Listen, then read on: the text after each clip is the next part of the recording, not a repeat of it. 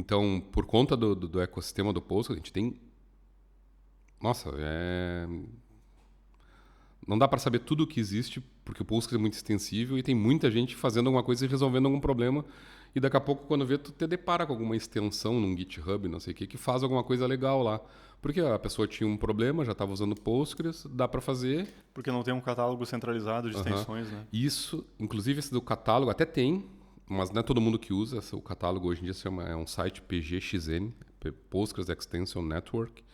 E o que está acontecendo, um movimento está acontecendo na comunidade justamente para a questão das extensões do Postgres, para padronização da extensão, ter um catálogo, registro, discovery e tudo mais. E agora, em junho, vai acontecer a conferência anual de desenvolvimento do Postgres em Vancouver, no Canadá. E um dos dias vai ter um summit para discussões de comunidade em qual é que vai ser o futuro das extensões no Postgres. Em termos de padrão de escrita de código, esqueleto e publicação. RFC, tudo mais, para publicação e distribuição de extensões do Postgres. Isso é importante. É extremamente importante, porque evoluiu tanto e a engine continua evoluindo exatamente nesse sentido. Eu não preciso, manter esse troço gigantesco dentro da engine do banco, sendo que ela pode ser clean, Sim, mas extensível o suficiente que terceiros possam se beneficiar, desenvolver extensão sem tocar no core e resolver problemas. Perfeito.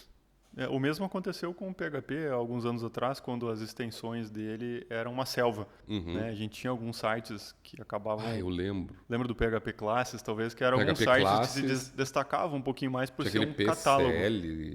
Sim, o Pickle. PECL. Também, o PR também, que era uma iniciativa, PEAR, que eram os repositórios extensíveis, né?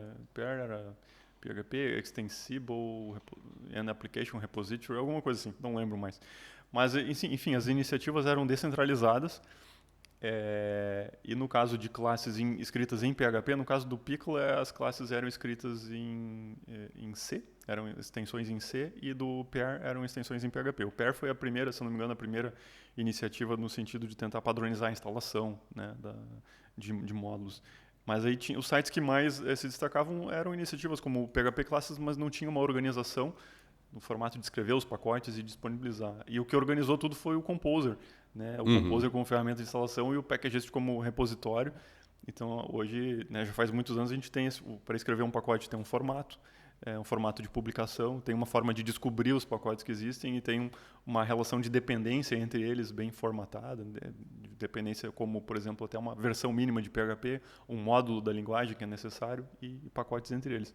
Isso aí para a linguagem foi muito importante, né? Já era bom sem isso, mas com isso aí tornou tudo mais fácil de se gerenciar. E o Postgres está caminhando para isso aí. A gente já tem o Postgres Extension Network há bastante tempo, mas ao longo dos anos foram surgindo iniciativas de empresas construindo coisas similares a o Extension Network.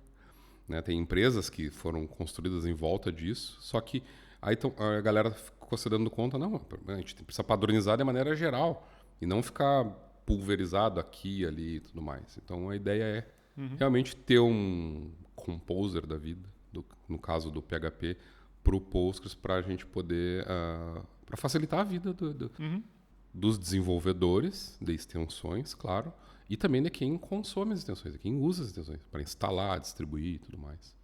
Para não precisar acontecer assim magicamente como eu acabei conhecendo essa extensão, né? Pelo fato de seguir a tua conta no Twitter, que eu fiquei sabendo da extensão. Exatamente. Senão, tu tem um local e o local lá que tu vai poder pesquisar e consumir onde. Assim como tu descobriu o Postgres lá no início, né? Que era uma lista de aplicativos que tinham no CD-ROM disponíveis, né? As listas são importantes. Por acaso eu esbarrei. Sim. Os catálogos são importantes. Catálogos são importantes. Muito importante. Muito importante.